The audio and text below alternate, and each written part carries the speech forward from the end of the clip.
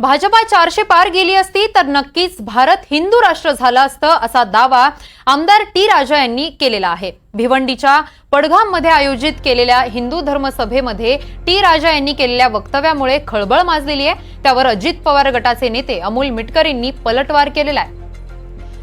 400 पार काय 500 पार गेला असतात तरी भारत हिंदू राष्ट्र झालं नसतं असा टोला मिटकरींनी लगावलेला आहे।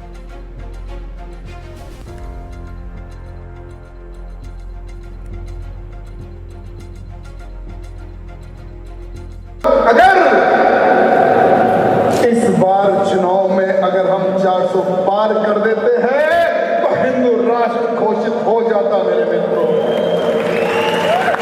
हिंदू राष्ट्र 400 पार नाही, तुम्ही 500 पार जरी गेला असतात तरी या देशाला हिंदू राष्ट्र कोणीही घोषित करू शकत नाही।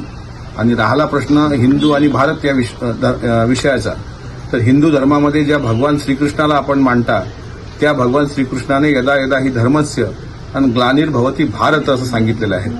टी राजाचा अभ्यास थोडा कमी आहे, त्यामुळे त्यांनी अभ्यास करावा आणि एक लक्षात ठेवावं, कोणाचीही सत्ता आली तरी हा देश फक्त आणि फक्त भारत राष्ट्र राहणार आहे, तो हिंदू राष्ट्र किंवा इस्लाम राष्ट्र होऊ शकणार नाही।